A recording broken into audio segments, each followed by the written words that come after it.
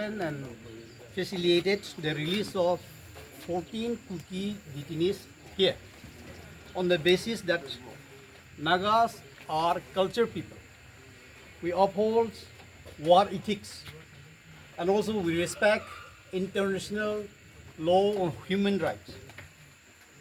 We are also considering the commitment of the Honorable Home Minister Amit Shahji through Honorable CM of Nagaland, Dr. Nipurio, giving the assurance that the government will put all out effort to trace out and establish the status of the mission hostages of our 6 Nagas,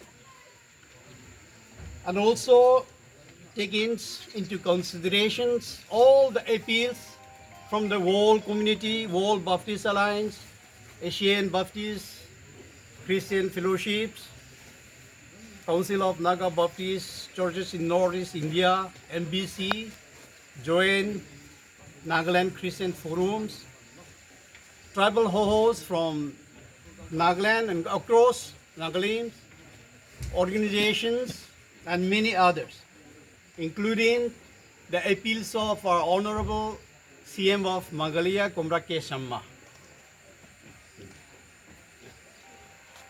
Further, the commitments and assurance given by the state's government of Manipur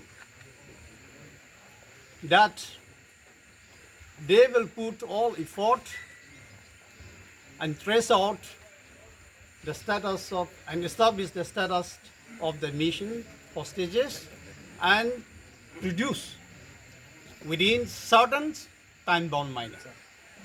With this, today, the United Naga Council, in consultations with all the stakeholders, facilitated the safe release